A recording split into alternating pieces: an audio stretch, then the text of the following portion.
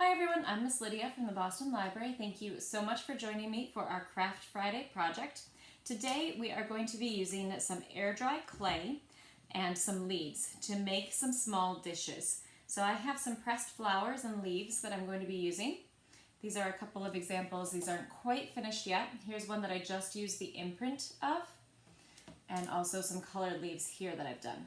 So I'm going to show you how to make some small dishes with your air dry clay.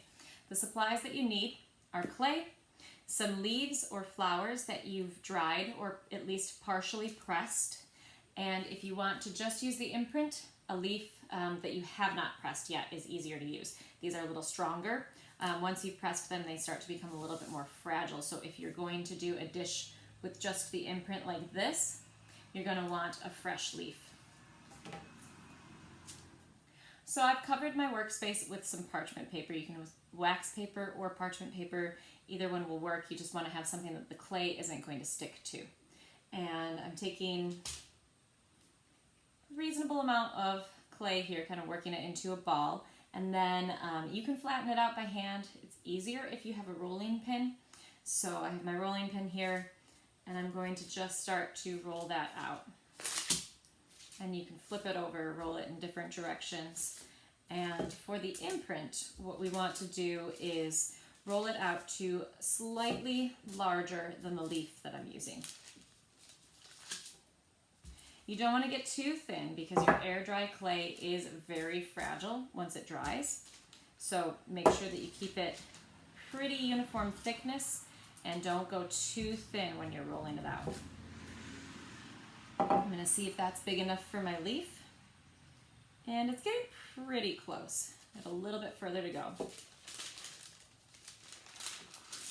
And if it becomes too thin as I'm rolling it out, I will just start over and make sure that I use a little bit more clay.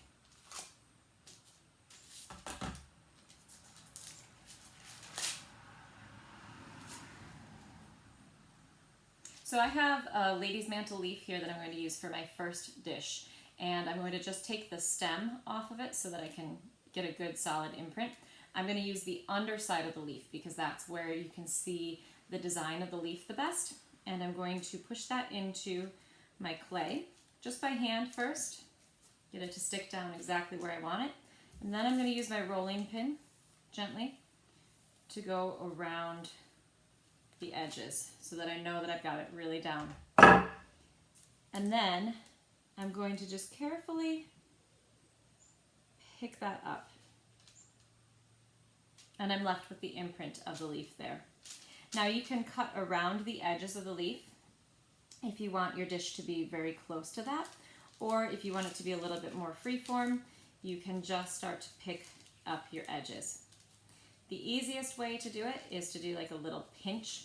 So you pick up one part and pinch it in a little corner and go around all the way like that.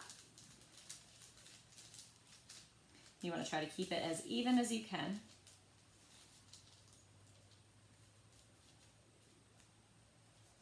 So that your pinched parts are pretty evenly spaced out.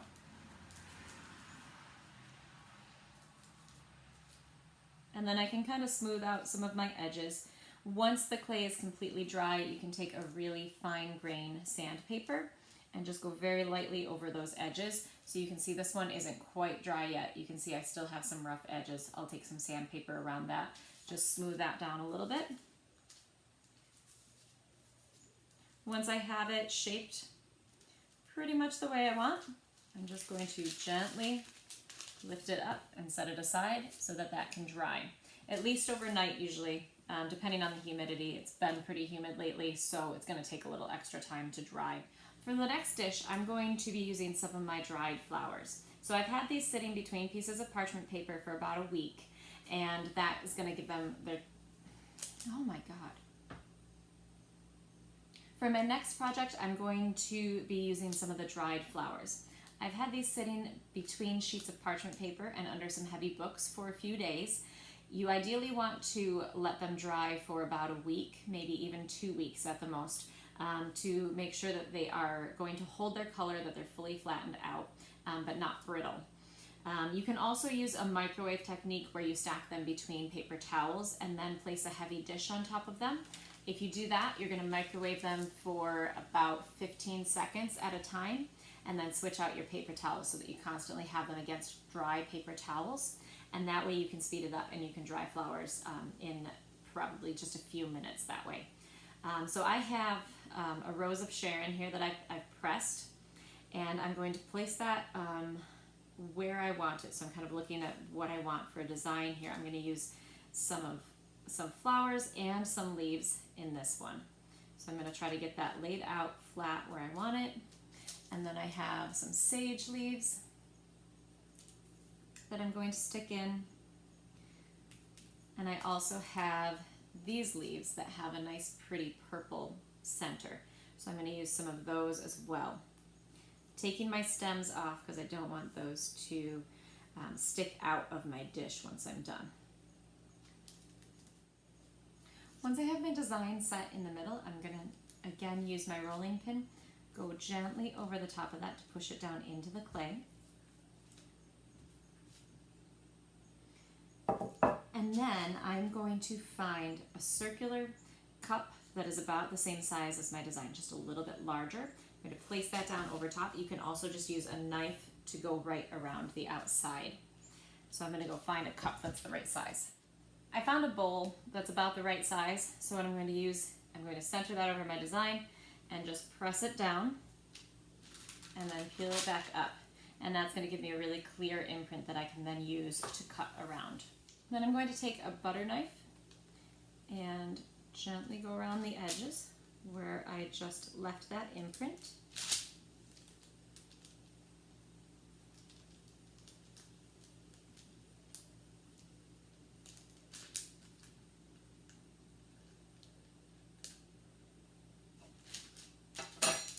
Pick up all that excess clay and put that back in my container for another project.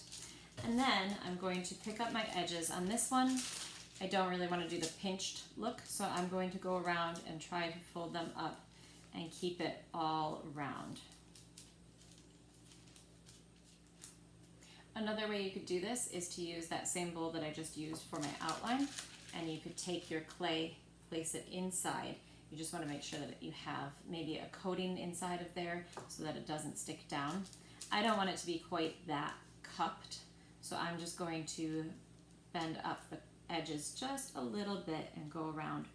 Like I said, don't worry about being too even on this, because once it's fully dry, you can take some sandpaper and go around that edge and smooth it right off. And there's that one. So I'm going to let those dry. And as soon as they are fully dry, you can do a number of different things with them. You can use acrylic paints, paint them any color you want. You can use spray paint. You can use a clear coat ModPodge to go over the top of them as well, or a clear coat spray paint. So I'm going to do a variety depending on the design. So the ones that I used actual pressed flowers in, I'm going to use a clear coat over top of them just to seal that in, make it a little bit stronger after I've sanded those edges. On the ones that I just used the imprint of the leaf, I'm going to use a metallic spray paint and just hit those with a quick coat of spray paint real lightly over that. And that's going to give it a little bit more depth. You'll be able to see the leaf pattern better once a little bit of that shinier spray paint is on there. It's a little windier than I would prefer for spray painting, but it's the time that I have. So I have my gold spray paint that I'm going to use on the leaf that just has the imprint. And what I'm going to do is move the other ones a little further away. Make sure you shake your spray paint if you're using it very carefully, and then just go very lightly over the leaf. You want to try to get it from a bunch of different angles, generally really light coats, and let it dry in between. And then you'll start to see, again, that detailing comes out with the sparkly spray paint. You'll start to see all of the veining from the leaf, and it gets a really cool look. Then I have my clear gloss spray paint that I'm going to use for the ones that I have the pressed flowers in. And again, I'm just going to go light coats over top of those. That'll seal in the color, seal the clay, and give it a much nicer finish. and then I'm going to let those dry. Once my paint is dry, you can take a look at the final product. So you can see the metallic paint on the leaf brings out a lot of the detailing so you can see it better. The gloss finish on the pressed flowers makes them a little bit more shimmery and just really seals that in so that the color won't fade. If you have any questions, let us know. Comment below. We hope you enjoyed this project, and we will see you next week.